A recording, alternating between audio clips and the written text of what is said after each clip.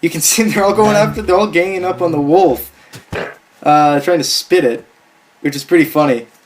Look at them all.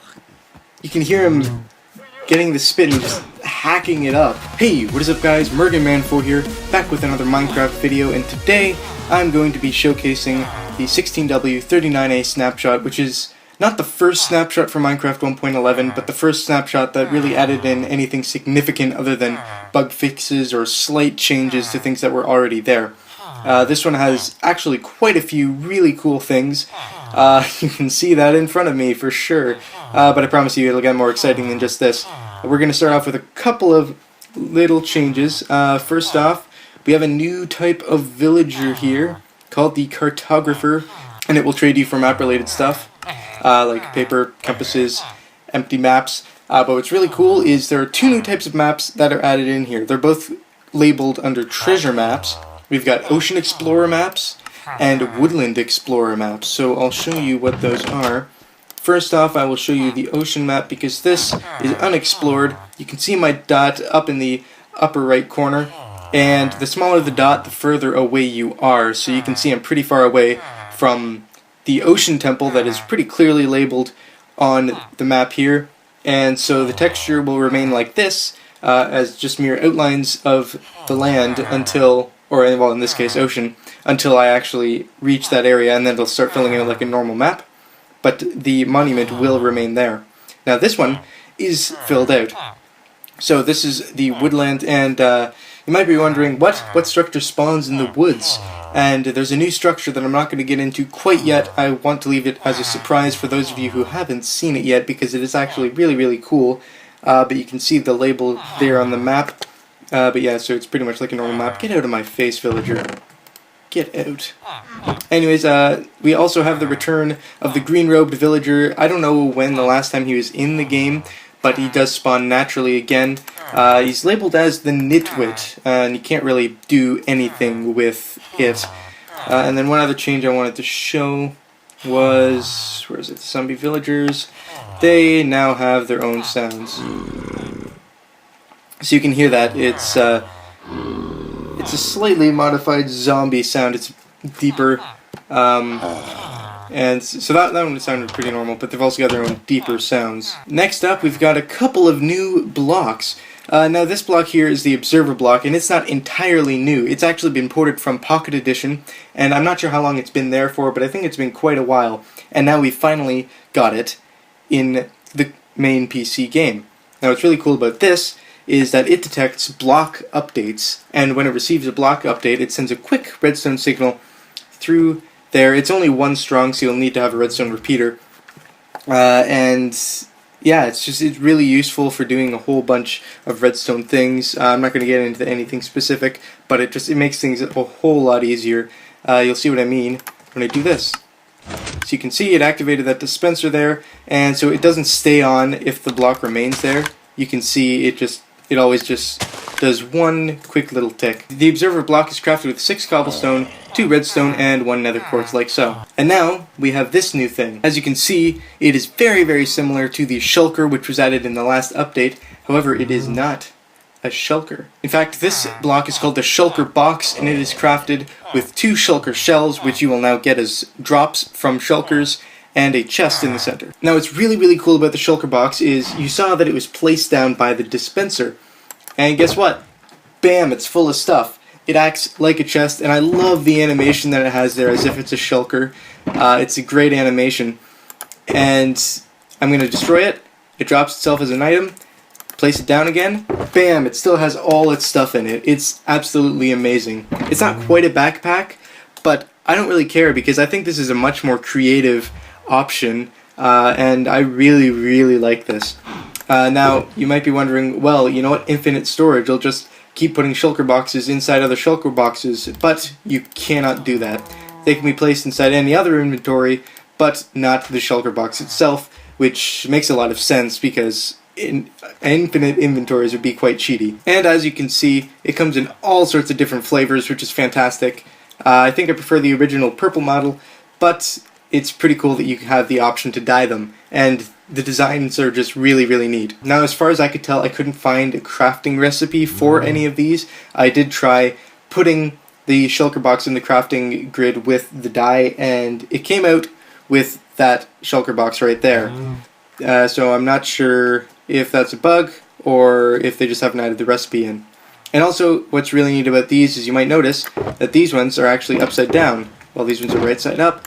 So you can actually place these upside down, unlike chests, and you can also place them on the sides of walls too, which is really, really neat. I just have to express again how much of a creative alternative this is to a backpack. Alright, we also have 2 new enchantments. Now these are not your regular enchantments. You can see it says curse. These are negative enchantments that you do not want to have. Now, these are mostly for map makers because, I mean, if you got these enchantments on your items, you obviously wouldn't want to use them. So it's mostly just for map makers, but they're still really neat. So let's put on this diamond chestplate with the Curse of Binding, and you can see this diamond sword is a Curse of Vanishing. And if I set my spawn point here and kill myself, you will notice, what? Where is the sword? And apparently my chestplate is gone too, which is weird. Oh no, there it is. Okay. Anyways, the sword is gone because the vanishing enchantment means that it is going to not drop when you die. And this here, this Curse of Binding, death is the only way to get this off of you. Once you put it on, you're not supposed to be able to remove it. Is it because I'm in creative? Once you put this on, you cannot take this off. Obviously, as you just saw there, you can in creative, but when you're in survival, the only way to get it off is death. Or if it breaks. Alright, now next up, we have a brand new mob, which when I first saw this was in the game, I was pretty surprised. This isn't a mob I would have expected to be in Minecraft, but anyways, here goes. We've got llamas now. Yes, we have llamas in Minecraft. They make these really weird sounds. I don't really like them that much. They're quite irritating. But I guess those are llama sounds, so that's alright, I guess. But as you can see, they come in a whole bunch of different textures, just like horses do. You can tame them the same way you can tame horses. You just keep trying to ride them. And instead of putting saddles on them, you can put on carpets. So, if I grab myself a couple of carpets... There we go, I got them. So as you can see, look at that, look at that. That is so cool. And you've got the different colors for all the different carpets, which is awesome. And you can also add chests on them just like you can mules, which is really cool. And it actually works really well in conjunction with this that I'm about to show you. So I've got myself a lead here. You can see all these llamas around here. If I attach this one on the lead, these guys will come around and form into a caravan, which is really, really cool. So if you have all these guys tamed, you can have a whole bunch of extra storage and just bring them all around with you, which is awesome. And if we just leave them here, these guys should all line up. Yeah, it's really, really neat. I really like that. 2 more things with the llama. 1, it is peaceful, but if you hit it, it will spit at you, like so. 2, llamas do not like wolves. Uh-oh. Apparently, my computer doesn't like their spitting, because you can see they're all ganging up on the wolf, trying to spit it, which is pretty funny. Look at them all. You can hear him getting the spit and just hacking it up. One last thing before we go on to the new structure. We have a new command called /locate, and so this enables us to locate any sort of structure. Now, unfortunately, temple is not specific at all, because temple actually includes desert temples, jungle temples, dungeons, witch huts, and igloos as well. So if you put that in, you might not be getting what you're going for. I got a witch hut there. I went and checked it out, and I tried destroying it and seeing if I could get another one from there, but alas, I could not. So that's one problem with the locate command. It always goes to your nearest structure of that type, and the only way you're ever going to find another structure of that type is if you get nearer to another one, which can be difficult for some structures. Anyhow, if we try this again, let's try to locate a Stronghold. So, as you can see, it says right there that it is at 1528 and negative 14,152. And this is so incredibly useful for creative, if you're just trying to find a structure, tested snapshots like I am. Oh, what do you know, there's a village right there. Or if you're trying to make YouTube videos like I am right now, it is so useful. Let's go into spectator mode. There we go. Yeah, it's definitely a command that I've been waiting for quite some time, and I'm very glad to have it here. Oh well, that's interesting. I don't think I've ever seen that before. Huh. Anyways, on to the next thing. And finally, here it is, the big main feature. I did say I wanted it to be a bit of a surprise, but that was kind of ruined while I was trying to get the llamas. You could see it in the background there. But as you can see, this is absolutely massive. It is a naturally spawning structure. It's the largest naturally spawning structure. It's 3 stories high. And so many resources in here. I've gone through one other type of mansion, but these are procedurally generated, so each one is going to be at least a little bit different. I'm not sure if they all have the same types of rooms, or if they've actually got different rooms, or if it's just the same rooms in the same or in a different order. I don't know, but let's see. Try to find an entrance here. We can go in, and we'll take a look around. All right, we've got ourselves an entrance. So, here we go. We've got just some basic rooms with flowers, more with flowers. Something I will say, before we get too deep into this, there are 3 new mobs that spawn in this, exclusively. We've got the Vexes, which are kind of like ghosts, and I'll showcase those off in a couple minutes. Chest. Nothing in it. I found a ton of chests in the other mansion I went into, but most of them had absolutely nothing. We've got these guys, which are called Vindicators, and I'll fight them in a minute. So we've got these kind of dungeons. Yeah, so it seems to be that you've got the same kinds of rooms, just in different orders, in different locations. We've got a giant... they're called Illagers. We've got the Vindicator, which is right out here, and the Evoker, and they're called Illagers because they're kind of like outcast villagers. Got another kind of dungeon.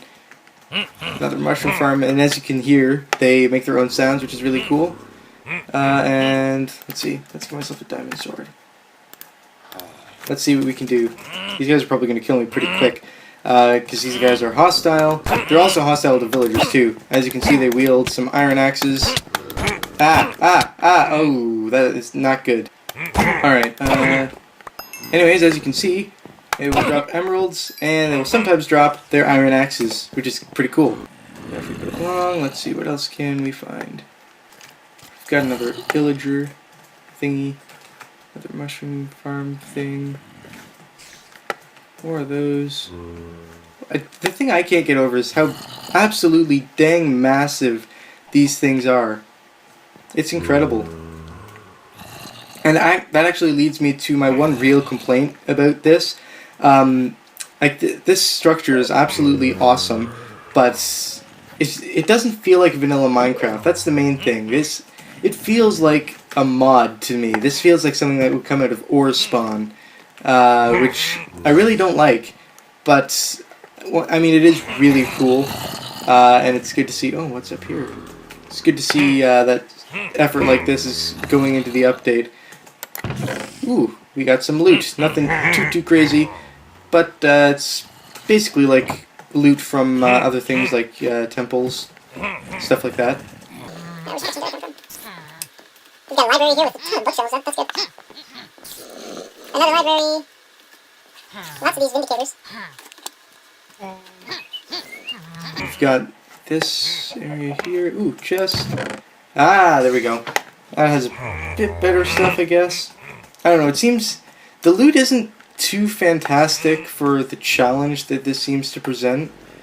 Now, there is also the Evoker, and that guy, he gives you fairly good reward, but we'll get to that when we reach him. Which it seems we're about to do, because we're about to go on the 3rd floor.